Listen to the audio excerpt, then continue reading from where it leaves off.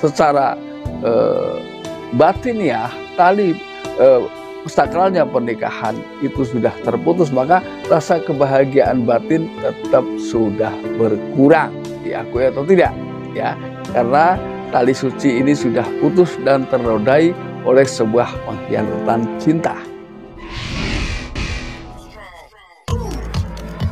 Selamat menyaksikan, semoga bermanfaat dan dukung terus channel. Assalamualaikum warahmatullahi wabarakatuh. Kembali lagi bersama saya Kang Kumis. Pada kesempatan kali ini Kang Kumis kembali menjumpai sahabat semua, tentunya masih di channel Kang Kumis, channel yang selalu membahas seputar kehidupan rumah tangga, dari permasalahan percintaan, perselingkuhan, dan juga permasalahan-permasalahan lain kita akan tetap bahas di sini tanpa bosan ya.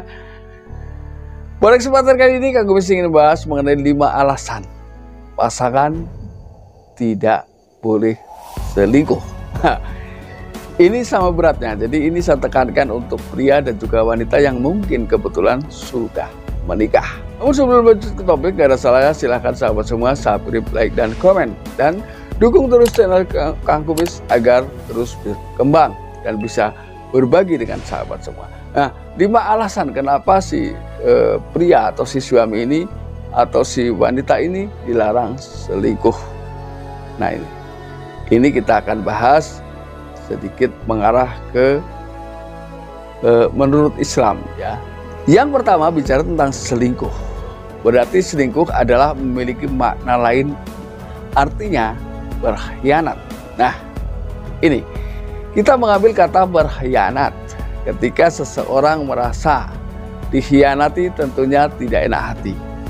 Dan ketika seseorang dituduh menjadi seorang pengkhianat, tentunya juga tidak enak hati. Dari kata ini saja, ketika kita mau mencerna lebih jauh, tegakah kita ya mengkhianati orang yang mungkin selama ini sudah sangat perhatian dengan kita, dengan pasangan? Tegakah kita menyakiti orang-orang yang betul-betul sudah menyayangi kita? Lalu kemudian apakah cuma itu? Tidak.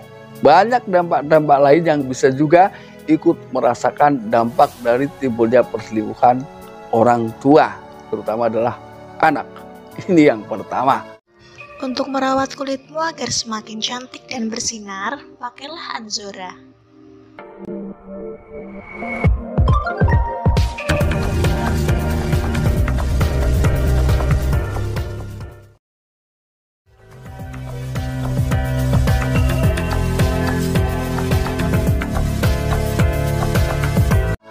Alasannya, jadi intinya jangan pernah berselingkuh, itu akan jauh lebih nyaman. Yang kedua, alasan yang kedua adalah karena ketika seseorang mendekati sebuah perselingkuhan, sama juga orang tersebut mendekati zina. Nah, lalu di sini apakah ada peranan seorang istri untuk mengantisipasi agar tidak terjadi perselingkuhan? Sangat ada, ya, sangat penting di sini. Kenapa demikian? Ya karena memang ketika si istri selalu memberikan pelayanan yang terbaik untuk suami tercinta, maka setidaknya si istri ini bisa menekan angka perselingkuhan. Karena perselingkuhan ini bisa terjadi di banyak orang itu karena tidak saling menjaga. Ketika satu orang ini masing-masing orang memiliki satu prinsip, insya Allah angka perselingkuhan bisa ditekan. Ya, artinya ketika si suami minta melakukan hubungan suami istri dengan istri, istri selalu memberikan servis yang wahid, insya Allah suami tidak melirik wanita lain. Karena ini bisa jadi menjadi penyebab, entah itu istri, entah itu suami selingkuh, itu karena bisa jadi kurangnya keintiman di tengah kehidupan rumah tangga. Ini. Jadi intinya ketika istri memberikan hal-hal terbaik untuk suami, terutama adalah hal hubungan suami istri. Ini biasanya menjadi satu alasan yang cukup banyak ya ketika seseorang melakukan perselingkuhan. Salah satu alasannya adalah hal itu. Jadi jangan pernah menganggap remeh ketika bicara tentang urusan hubungan suami istri. Ya, artinya tentunya ketika istri taat dan memberikan servis terbaik, juga pahala buat istri, bahagia buat suami. Jadi ketika kita sudah memahami betul apa itu makna kehidupan rumah tangga, sebetulnya keluarga bisa harmonis hingga akhir masa. Ya, ini. Lalu kemudian alasan yang keempat tentunya adalah memiliki keuntungan yang sangat luar biasa. Ketika si pria tidak selingkuh, si wanita tidak selingkuh, ketika sudah masuk dalam gerbang kehidupan rumah tangga, tentunya bisa juga terhindar dari penyakit-penyakit yang berkaitan dengan disebabkannya oleh sebuah perselingkuhan. Karena siapapun ketika terus bergonta-ganti pasangan tidak menutup kemungkinan akan terkena penyakit yang berkaitan dengan bergonta-ganti pasangan tersebut.